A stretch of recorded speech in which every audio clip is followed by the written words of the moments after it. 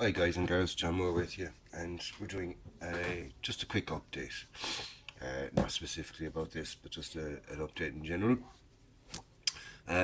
This is where I am so far with the Panzer IV. Not quite finished yet. I just have a few tiny little bits to do to it, but apart from that, it's 95% finished, shall we say? So we'll just push that to the side for a few minutes. Um, I have the figures ready for that as well. So we'll just put them for a side for a while. So what I'm going to do with that is, I was going to do it as a kind of a standalone thing, and because I don't really have room for a dia, but I've decided I'll do a small one, about A3 size dia, lengthwise anyway. And what I'm going to do is I'm going to use that, and I'm going to use this. It's the Panzerkampfwagen 2 aus F and G. Now, before I get the rivet counters in, I know that the F and the G were not used in Poland. The G was.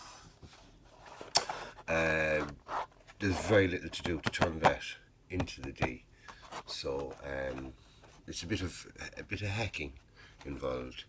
I have this kit previously done before. I'll just give it a quick squint at one of my previous attempts at it. I did it in the Africa Corps colours. Came out lovely.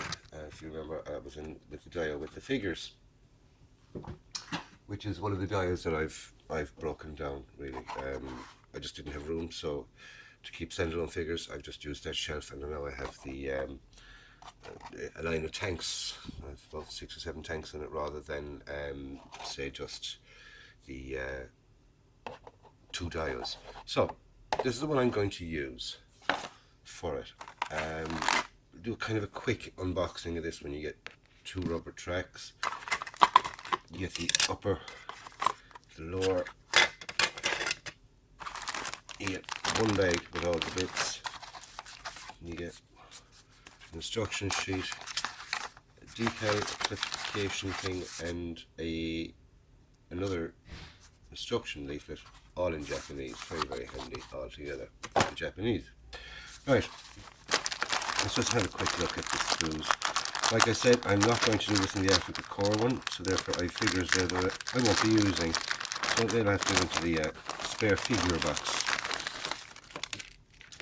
So make sure we have everything out of the bag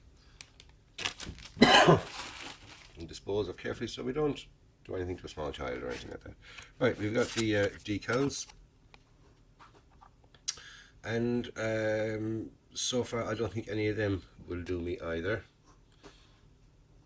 I'm not 100% sure yet, but I know I will be sort of hand painting the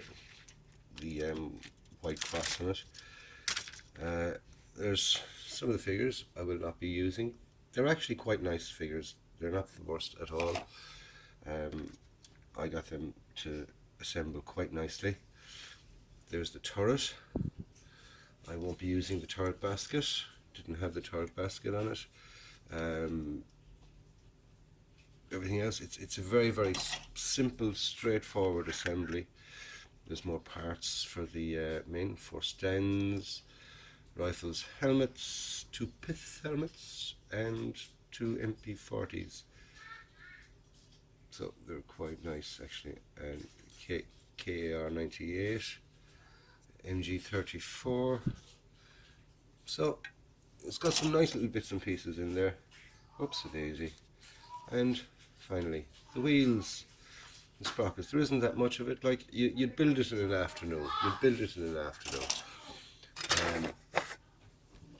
Thing I got to do with this though is I've got to change this. This box unit here is not on the earlier one, so I got to try and hack that off and fill the hole. But if you look, it's going to be an awkward one because the hacking off is cut out, so it's going to be awkward to fill and clean up that. I have to try and figure out how I'm going to do it. but it would have to be done because it wasn't on the earlier ones, wasn't on the Ds and the As which were used in Poland for the Blitzkrieg, which is what I'm doing this dial as. I'm doing it as Blitzkrieg. So, and I will be using possibly another one of my previous older kits and repainting it. What I want is a kind of a road, really, but just 3 vehicles, two for definite, 3 possibly on it,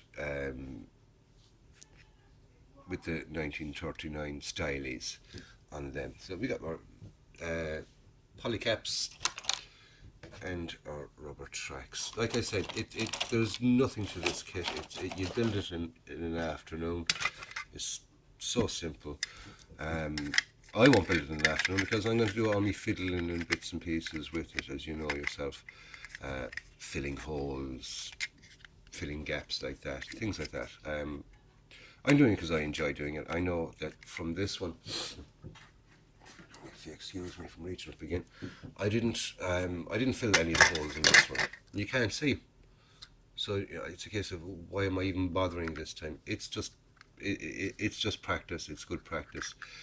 You can see the holes in the bottom there. You cannot see the holes in there because the track comes up so tight up to there. You can't see the holes on them. So a little Panzer II is going with the Panzer IV in the dial on the road. Call it Blitzkrieg. So anyway, that's John's update for the time being. There isn't that much to do, and John just got coffee, so he'll be drinking his coffee for a while. That's basically it. So, catch you up in the next one, guys. Hope you enjoyed it. Like and subscribe if you haven't already, and keep posted for more updates on this little Blitzkrieg thing that I'm going to do.